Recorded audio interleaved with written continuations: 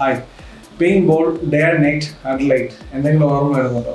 അതെ, ഇന്ത്യ 2020 36 റൺസിന് സെക്കൻഡ് ഇന്നിംഗ്സിൽ ഓൾ ഔട്ടായ അതേ അഡ്ലൈറ്റ്, അതേ ഗ്രൗണ്ടിൽ വെച്ചാണ് ഇന്ത്യ ഓസ്ട്രേലിയ സെക്കൻഡ് ടെസ്റ്റ് ഈ വെള്ളിയാഴ്ച സ്റ്റാർട്ട് ചെയ്യാൻ പോകുന്നത്. അന്ന് 2020 അത് സീരീസിന്റെ ഫസ്റ്റ് മാച്ച് ആയിരുന്നെങ്കിൽ ഇന്ന് ഇത് സെക്കൻഡ് മാച്ചാണ്. ഇന്ത്യ ഫസ്റ്റ് മാച്ച് ജയിച്ച് ഫുൾ കോൺഫിഡൻസിലാണ് ഈ മാച്ചിന് ഇറങ്ങുന്നത്. ഫസ്റ്റ് ടെസ്റ്റിൽ 150 ഓൾ ഔട്ട് ആയതിനു ശേഷം ഇന്ത്യ നടത്തിയ തിരിച്ചുവരവും ആ ഒരു ആധികാരിക ജയവും ഇന്ത്യക്ക് നൽകുന്ന ഒരു മുൻതൂക്കം അത് ചെറുതല്ല. പോരാത്തതിന് ബുംറയുടെ അഗ്രസീവ് ക്യാപ്റ്റൻസി, എക്സെപ്ഷണൽ ബോളിംഗ്, ജയ്സ്വാളിന്റെ ഫിയർലെസ് ആൻഡ് കോൺഫിഡന്റ് ബാറ്റിംഗ്, അതുപോലെ തന്നെ KL രാഹുൽ തന്റെ ക്ലാസ് എന്താണെന്ന് പ്രൂവ് ചെയ്ത രീതി and return of the king, അതെ കിങ് കോഹ്ലിയുടെ തിരിച്ചുവരവ്. ഒരു വിസിറ്റിംഗ് ടീമിന് ഇതിനപ്പുറം സ്വപ്ന തുല്യമായ ഒരു തുടക്കം ഓസ്ട്രേലിയയിൽ കിട്ടാനില്ല. വടി വെട്ടാൻ പോയിട്ടേ ഉള്ളൂ എന്ന് ഓസ്ട്രേലിയയോട് പറയുന്നത് പോലെയാണ് ശുഭ്മാൻ ഗില്ലും രോഹിത് ശർമ്മയും കൂടെ ഈ ടീമിലേക്ക് വന്നാലുള്ള അവസ്ഥ. പക്ഷേ ഓസ്ട്രേലിയ പേടിക്കണം, ഓസ്ട്രേലിയക്ക് മുറിവേറ്റിരിക്കുകയാണ്. അത്ര വലിയൊരു അടിയാണ് ഇന്ത്യൻ ടീം ഓസ്ട്രേലിയക്ക് ഫസ്റ്റ് ടെസ്റ്റിൽ കൊടുത്തിരിക്കുന്നത്. ഓസ്ട്രേലിയയാണ്, ഇത് ഓസ്ട്രേലിയൻ ടീമാണ്. പോരാത്തതിന് ഓസ്ട്രേലിയൻ മീഡിയയും ഓസ്ട്രേലിയൻ ഫാൻസും ഓസ്ട്രേലിയൻ മുൻ താരങ്ങളും എല്ലാം വെച്ചലക്കാണ് ഇപ്പോഴത്തെ ഓസ്ട്രേലിയൻ ടീമിനെ കഴിഞ്ഞ ഫസ്റ്റ് ടെസ്റ്റ് തോറ്റതിന് ശേഷം. അതുകൊണ്ട് തന്നെ രണ്ടാം ടെസ്റ്റിൽ അവർക്ക് തിരിച്ചു വന്നേ പറ്റൂ, എന്ത് വില കൊടുക്കും. ഓസ്ട്രേലിയൻ ടീമിന് അതിനുള്ള കഴിവുണ്ട്, അതാണ് സത്യം. ഒരു 22 വയസ്സുകാരൻ്റെ ഓസ്ട്രേലിയയിൽ വന്നിട്ടുള്ള വെല്ലുവിളി അംഗീകരിക്കാൻ ബുദ്ധിമുട്ടുണ്ടെന്ന് ഓസ്ട്രേലിയൻ പഴയ പേസ് ബോളർ മിച്ചൽ ജോൺസൺ ഈയിടയ്ക്ക് പറയുണ്ടായി. അതുപോലെ തന്നെ ഓസ്ട്രേലിയയിൽ പല പഴയ താരങ്ങളും അൺഹാപ്പിയാണ്. അത്രയ്ക്ക് ഈഗോ ഹർട്ടായിരിക്കുകയാണ് ഓസ്ട്രേലിയൻ ടീം മാത്രമല്ല, ടോട്ടൽ ക്രിക്കറ്റ് ഓസ്ട്രേലിയ എന്ന് തന്നെ പറയാം. അതുകൊണ്ട് തന്നെ അവരവരുടെ ഫുൾ ഫോഴ്സിൽ അവർക്ക് പറ്റുന്ന രീതിയിൽ തിരിച്ചു വരാനുള്ള ശ്രമം ഈ ടെസ്റ്റിൽ നടത്തുമെന്നുള്ളത് 100% ഒരു ഉറപ്പാണ്. പക്ഷേ ഓസ്ട്രേലിയയെ സംബന്ധിച്ച് അത് അത്ര എളുപ്പമല്ല.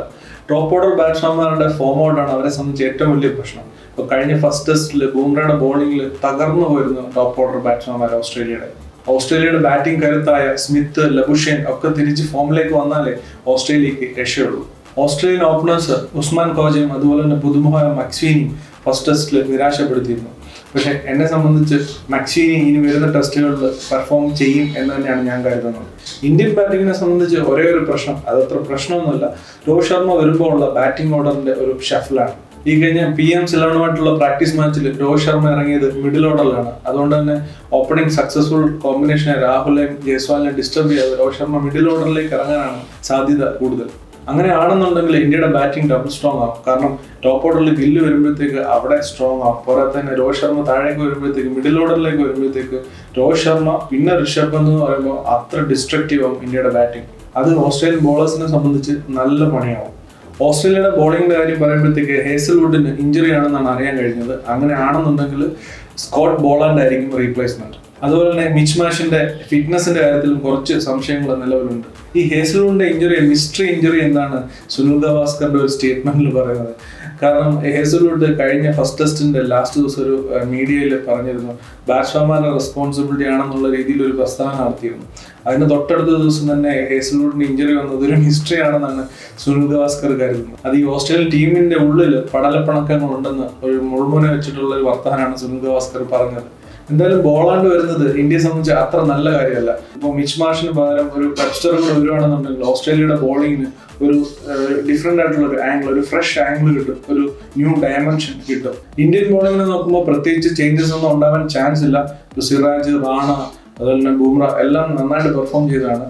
പക്ഷേ അശ്വിൻ കളിക്കാൻ ചാൻസ് ഉണ്ട് വാഷിംഗ്ടൺ സുന്ദറിന് പകരം. കാരണം പിങ്ക് ബോൾ ടെസ്റ്റ് ആണ്. അശ്വിൻ കഴിഞ്ഞ 2020 പിങ്ക് ബോൾ ടെസ്റ്റിലും ഓസ്ട്രേലിയ നന്നായിട്ട് പെർഫോം ചെയ്തിരുന്നു, 4 വിക്കറ്റ് എടുത്തിരുന്നു. അപ്പോൾ എന്നെ സംബന്ധിച്ച് പറയുകയാണെന്നുണ്ടെങ്കിൽ എനിക്ക് അശ്വിൻ കളിക്കണമെന്ന് തന്നെയാണ് ആഗ്രഹം ഈ പിങ്ക് ബോൾ ടെസ്റ്റിൽ. പക്ഷെ അതിനുള്ള ചാൻസ് കുറവാണ്. പക്ഷെ മേ ബി ഒരു ചേഞ്ച് വരുവാണെന്നുണ്ടെങ്കിൽ ബോളിംഗിൽ അത് Ashwin coming in, Washington Sundar going out എന്നുള്ളതായിരിക്കും. എന്തായാലും വെള്ളിയാഴ്ച തീ പാറുമെന്ന് ഉറപ്പാണ്. ഓസ്ട്രേലിയ മുറിവേറ്റ സിംഹമാണ്. ഇന്ത്യ കൂടുതൽ ശക്തരായിട്ടാണ് വരുന്നത്. അതുപോലെ തന്നെ പിങ്ക് ബോൾ ടെസ്റ്റ് ആണ്, ഡേ ആൻഡ് നൈറ്റ് മാച്ച് ആണ്. എക്സൈറ്റ്മെന്റ് ഒരുപാടാണ്.